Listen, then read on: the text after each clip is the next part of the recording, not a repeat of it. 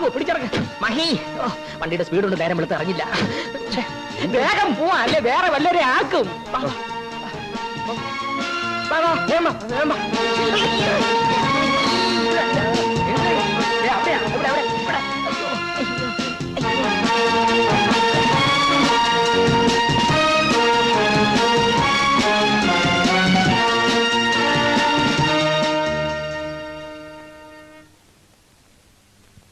തോട്ടത്തിന്റെ രജിസ്ട്രേഷൻ എപ്പോ നടത്തണം?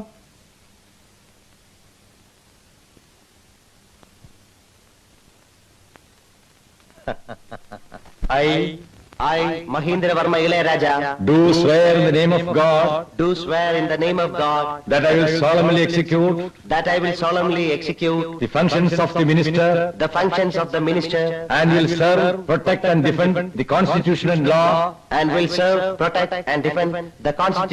law to the best of my ability, and that I will devote myself to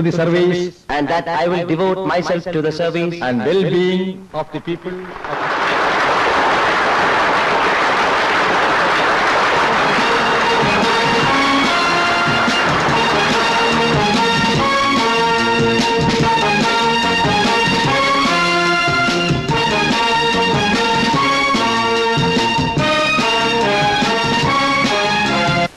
ഇനി 5 വർഷത്തേക്ക് ജനങ്ങളെ പേടിക്കണ്ട.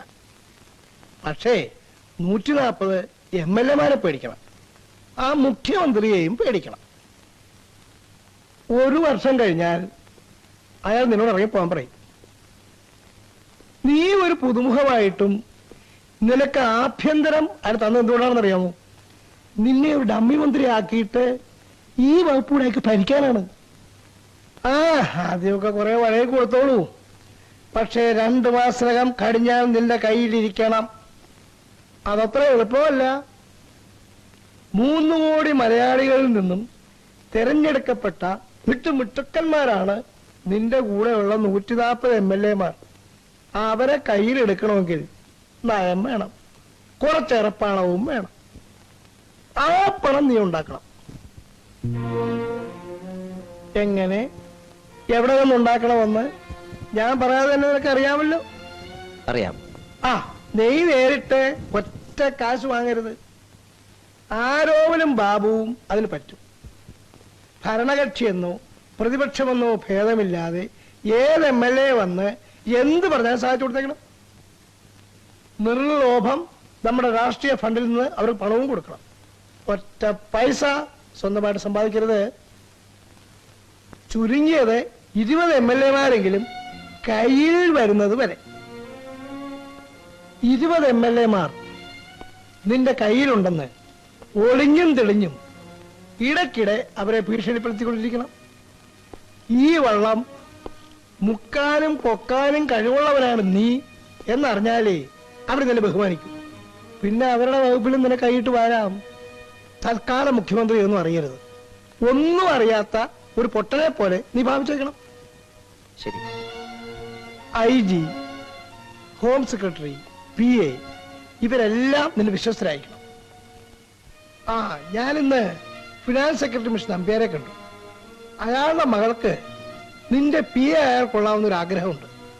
ആലോചിച്ച് വേണ്ടത് ചെയ്യൂ.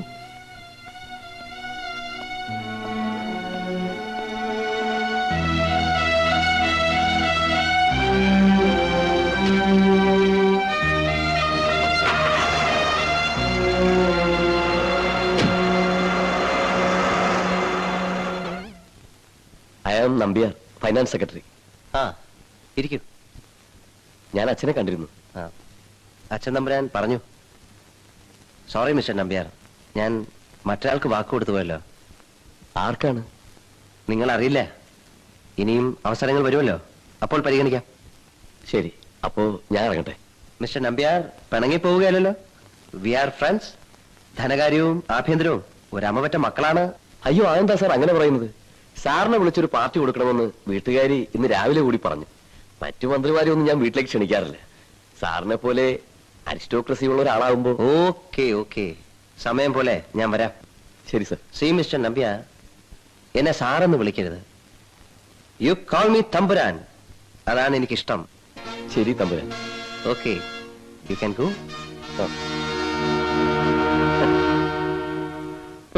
ഞാൻ പോയില്ല പോയില്ല പോയില്ല, എന്നെ കൊന്നാലും ഞാൻ പോയില്ല. അയാളുടെ പി ആയിരിക്കുന്നതിലും ഭേദം അവര് രാജാക്കന്മാരായിരുന്ന കാലത്തെ നമ്മളെ പിഴിഞ്ഞു. ഇന്ന് ജനകീയ ഭരണം വന്നിട്ടും എന്താ കാര്യം? നീ പോണ്ട മോളെ, എന്താ ഉണ്ടാവാന്ന് അറിയാലോ. പോയില്ലെങ്കിൽ ജോലി പോകും. സ്പെഷ്യൽ ഓർഡർ വാങ്ങിയാണ് മഹിയെ അപ്പോയിന്റ്മെന്റ് നടത്തിയിരിക്കുന്നത്. ഒക്കെ അവന്റെ ഒരു പിള്ളേര് കളിയാ. ലക്ഷ്മി ധൈര്യമായിട്ട് പോയി ചാർജ് എടുക്കൂ. സ്വയം സൂക്ഷിക്കാൻ അറിയാമെങ്കിൽ എവിടെ പോയാൽ എന്താ? തന്നെയുമല്ല, ഞങ്ങൾ ആ പട്ടയ സമരം തുടങ്ങാൻ പോവുക. അധികാരസ്ഥാനത്തിനടുത്ത് നമ്മുടെ ഒരാളുണ്ടാകുക എന്ന് പറഞ്ഞാൽ അത് നല്ലതാ. തീരെ വയ്യാൻ തോന്നുമ്പോ പോരെ. ഈ ഇലക്ഷനിൽ നമ്മളെ എതിർത്തതിന്റെ വാശിയാണോ അയാൾക്ക്? അയാളൊരു വല്ലാത്ത മനുഷ്യനാണ്. നീ എന്താടി എന്നാ ബൂത്തിലിരുന്ന് പറഞ്ഞത്? ചാരായ കുപ്പിക്ക് വോട്ടില്ലെന്നോ? മഹി, നിങ്ങൾ കുറച്ചുകൂടെ മാന്യമായിട്ട് സംസാരിക്കണം, അല്ലെങ്കിൽ ഞാൻ ജോലി രാജിവെക്കും. ഓ പിന്നെ ജോലി രാജിവെച്ചിട്ട് നീ എങ്ങോട്ട് പോകും? നിന്നെ അറസ്റ്റ് ചെയ്ത് റിമാൻഡിൽ വെച്ച് ഞാൻ ഇവിടെ പണിയിക്കും. ആഹാ, ആഭ്യന്തരമന്ത്രിയോടാണോ കളി? എടീ, നിൽക്കാൻ. ലക്ഷ്മി, അവിടെ നിൽക്കാൻ. രാജിക്കത്ത് എഴുതി എങ്ങാനും ഇവിടെ വരും, നിന്റെ കുടുംബം ഞങ്ങൾ കൊളന്നോട്ടു. ആഹാ, നീ എന്ത് വിചാരിച്ചടി? രാജിവെക്കൂ.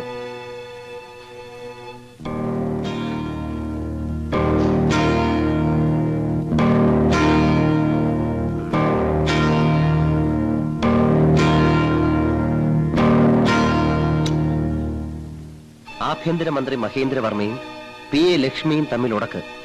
പ്രണയകലഹമോ പുഞ്ചിരിയോ?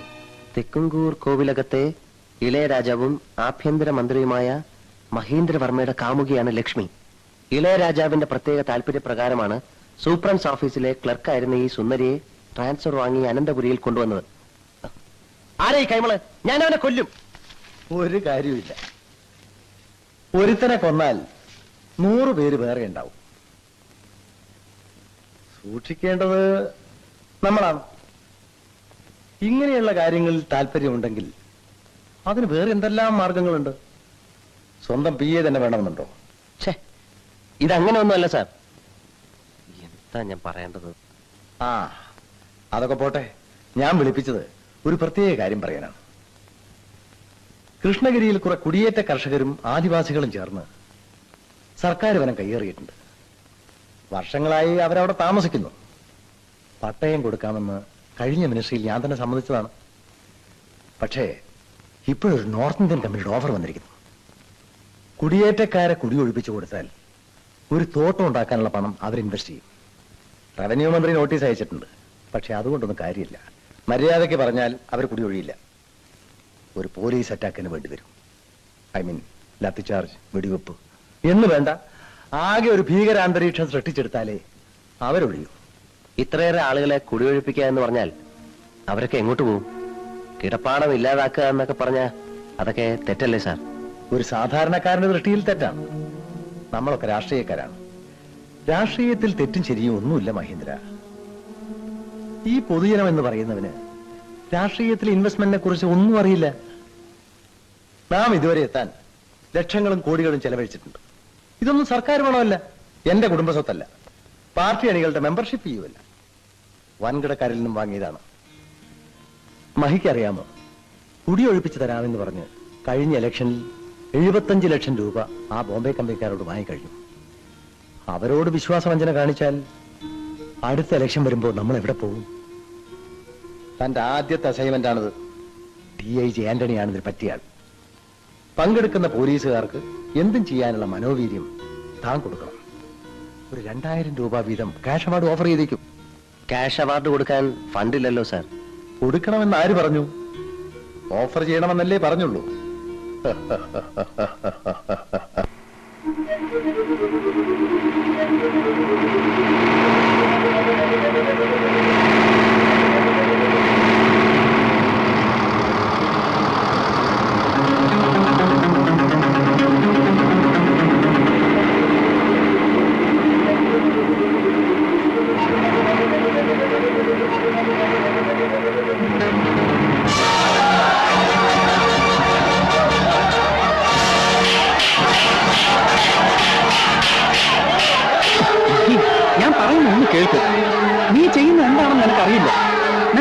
കുത്തിക്കളിയാണോ? പിന്നെ എന്തൊക്കെയുണ്ട് വിശേഷങ്ങൾ?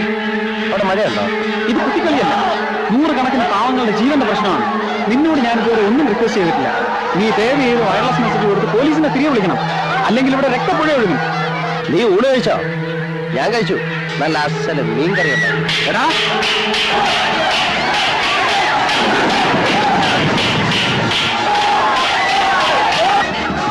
നീ ആ പാവങ്ങളുടെ നിലവിളി നീ കേൾക്കടാ.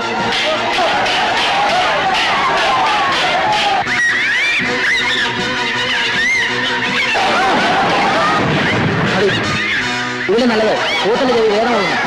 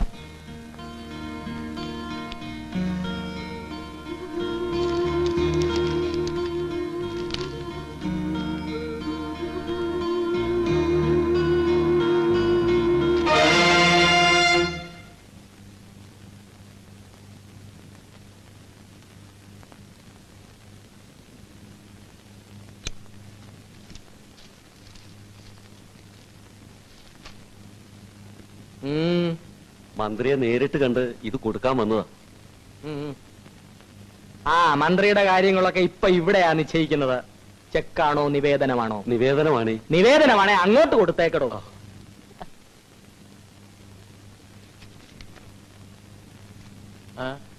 എന്തെങ്കിലും ഒരു വഴി ഉണ്ടാക്കി തരണം.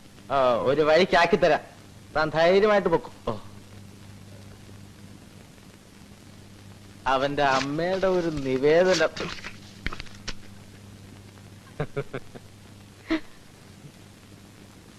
ഇതുവരെ എത്ര ആയിടോ?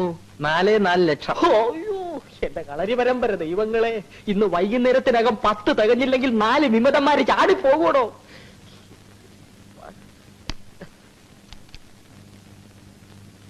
അടുത്ത ആളെ ഇങ്ങോട്ട് എഴുന്നള്ളിക്കണോ.